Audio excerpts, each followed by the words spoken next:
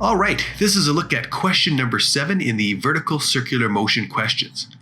Now, question number 7 states a wheel-shaped space station whose radius is 48 meters produces artificial gravity by rotating. How fast must this station rotate so that the crew members have the same apparent weight in the station as they have on Earth? All right, so first of all, this is going to be a quick vocabulary thing. We have to know what apparent weight is. Now, what apparent weight actually is it's just a fancy way of saying what is the force normal. Because the force normal is the force that you experience acting on you when you're on the Earth. You don't actually feel the force of gravity. The force of gravity acts downwards. You feel the upward force, the force normal exerted on you by the Earth, going back to like Newton's third law. Now, you've probably experienced cases where your apparent weight seems heavier or lighter than your actual weight. So for example, if you've been on a roller coaster, driven in a car, maybe going up over the cresting hill or down into a dip, you might have felt maybe slightly heavier or slightly lighter. Now your actual weight didn't change. I mean, unless you puked or ate something, your mass is still the same mass at the bottom of a dip or at the top of a hill. So the difference simply is that's what you are feeling or experiencing. It's related to your inertia, but again, apparent weight is basically Fn. Now if we dive into this question, we have a space station with a radius of 48 meters, and that's it. That's the only piece of data we have.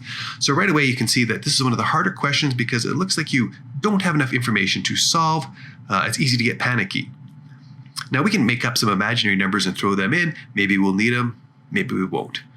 So we need a crew member. So let's just throw a crew member in here. We'll make them 100 kilograms just to keep them simple. And we'll start with that. All right, so we've got a couple numbers now.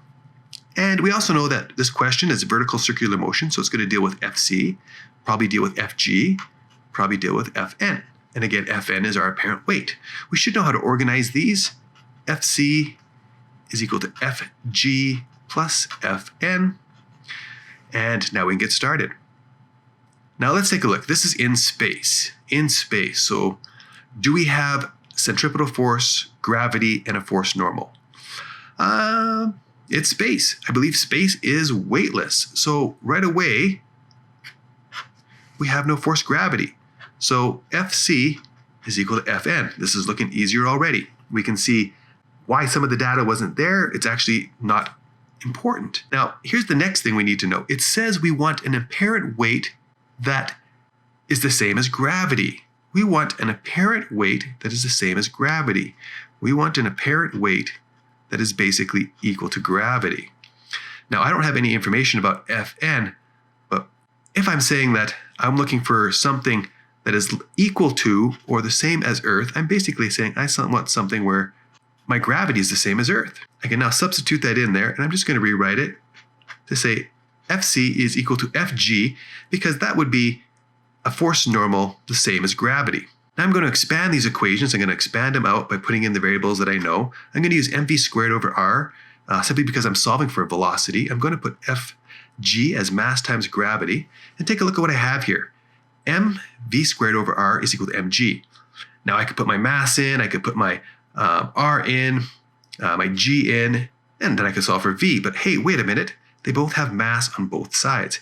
Can't I just cancel that out? Maybe that's why I didn't have a mass included in the first place. I actually didn't need it. If I reduce or kind of eliminate variables from my equation, I'm left with v squared over r is equal to g.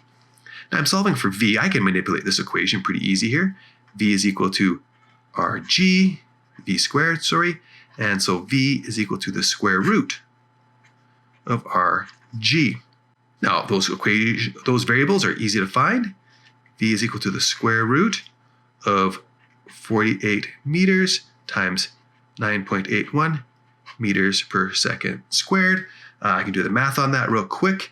Works out to, let's see here, 470.88 is the first math.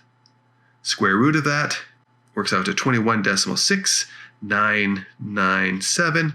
Going with my original 2 significant digit variable at the beginning, that makes my v equal to 22 meters per second.